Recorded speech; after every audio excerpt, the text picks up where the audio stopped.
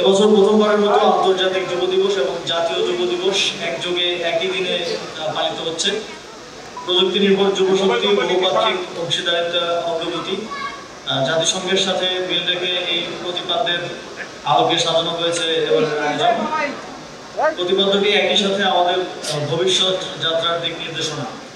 সরকার দৃঢ়ভাবে বিশ্বাস করে গণঅভ্যুত্থানের পর সাম্য, নাগরিক মর্যাদা, ন্যায় বিচার, গণতন্ত্র ও সমৃদ্ধির নতুন বাংলাদেশ গড়ার যে সুযোগ আমাদের সামনে এসেছে, সে স্বপ্ন বাস্তবায়নের পথে সবচেয়ে বড় অবদান রাখবে দেশের তরুণ প্রজন্ম।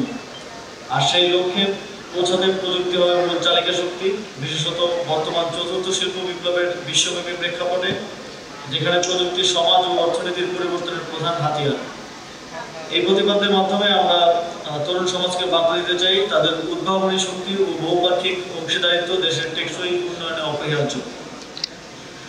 প্রযুক্তি বলতে আমরা কোনো প্রচলিত শব্দকে ইঙ্গিত করি না, বরং বাস্তবিক প্রয়োগ এবং বিশ্বমানের প্রযুক্তির উন্নয়ন ও বিস্তারের কথা বোঝাই। এর প্রমাণ আছে সরকারের পক্ষ থেকে ইতিমধ্যে প্রযুক্তি খাতের উন্নয়নে বিভিন্ন গুরুত্বপূর্ণ পদক্ষেপ গ্রহণ করা হয়েছে।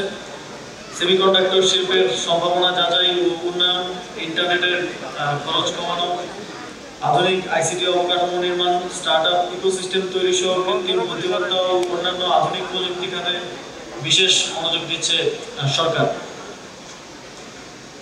আমরা তরুণদের প্রযুক্তিগত সম্ভাবনাকে সর্বোচ্চ পর্যায়ে বিকশিত করতে অঙ্গীকারবদ্ধ। আপনারা জানেন, সম্প্রতি স্পোর্টসকে স্বীকৃতি দেওয়া হয়েছে এবং দেশের স্পোর্টস খাতের বিকাশে প্রয়োজনীয় আইনি কাঠামো তৈরির কাজ দ্রুত এগিয়ে চলছে। বাংলাদেশের মোট জনসংখ্যার প্রায় 63% 35 বছরের নিচে।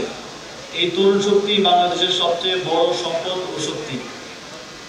এই সম্ভাবনাকে কাজে লাগানোর কোনো বিকল্প নেই। বিপুল এই যুব সমাজকে ডেমোগ্রাফিক ডিভিডেন্ডে রূপান্তর করতে না পারলে কাঙ্ক্ষিত অর্থনৈতিক উন্নয়ন সম্ভব নয়।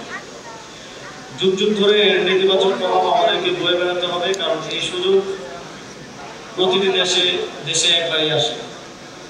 সরকার এই বাস্তবতা উপলব্ধি করে যুব উন্নয়নের প্রশিক্ষণ, ঋণ ও প্রযুক্তিগত দক্ষতা বৃদ্ধির নানা কর্মসূচি চালিয়ে যাচ্ছে। অধিদপ্তর সৃষ্টির পর থেকে 2025 সালের জুন পর্যন্ত 64 জেলায় কার্যালয়, 70টি প্রশিক্ষণ কেন্দ্র এবং 501টি উপজেলা, মোট 83টি ট্রেডে প্রায় 74 লক্ষ যুব নারী প্রশিক্ষণ লাভ করেছে। বিভিন্ন ঋণ কর্মসূচির আওতায় এ পর্যন্ত প্রায় 11 লক্ষ যুবক 2700 কোটি টাকার বেশি ঋণ পেয়েছে। প্রশিক্ষিত যুব সমাজের মধ্যে 24 লক্ষাধিক আত্মকর্মসংস্থানে নিয়োজিত রয়েছে এবং বাকিরা দেশে বিদেশে সম্মানজনক কর্মসংস্থানে নিয়োজিত রয়েছে। তাছাড়া যুব উন্নয়ন অধিদপ্তর ইতিমধ্যে 18,000-এরও বেশি যুব সংগঠনের সঙ্গে সম্পৃক্ত হয়েছে। এর মধ্যে 5,800টি সরাসরি অধিদপ্তরের নিবন্ধিত, 2,375টি স্বীকৃতিপ্রাপ্ত এবং অন্যান্যগুলো তালিকাভুক্ত।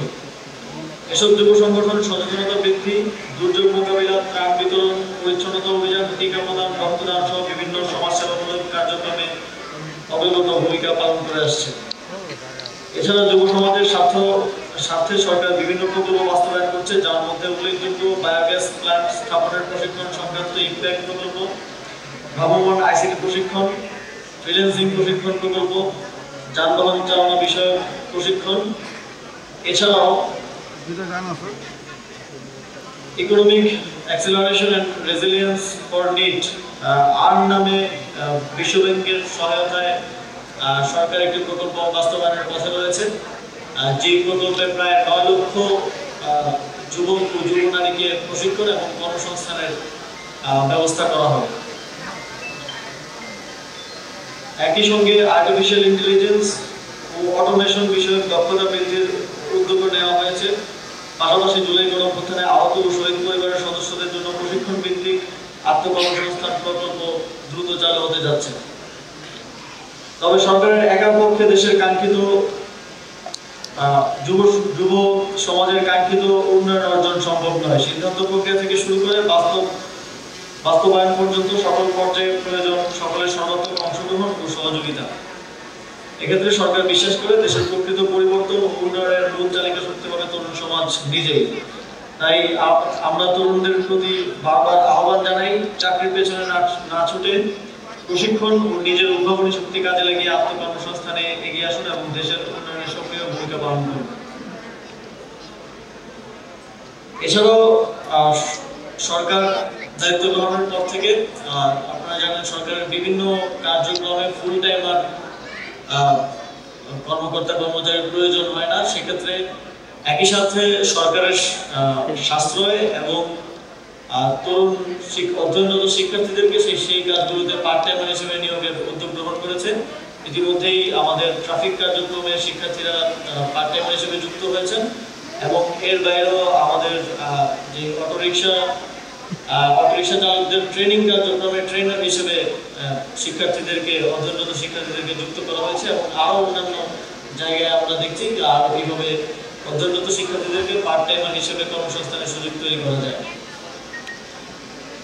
এক্ষেত্রে সম্মানিত উপস্থিতিবৃন্দ, সরকার কেবল নিজেই নীতি নির্ধারণের ভূমিকায় থাকতে চায় না, বরং সরকার চায় দেশের তরুণরাও নীতি নির্ধারণের গুরুত্বপূর্ণ অংশীদার হোক। গণঅভ্যুত্থানের ফলে যে নতুন বাংলাদেশের স্বপ্ন ও সম্ভাবনার সৃষ্টি হয়েছে, সে নতুন বাংলাদেশ গড়ার ক্ষেত্রেও তরুণদের চিন্তা ভাবনাকে প্রাধান্য দিতে চায় সরকার।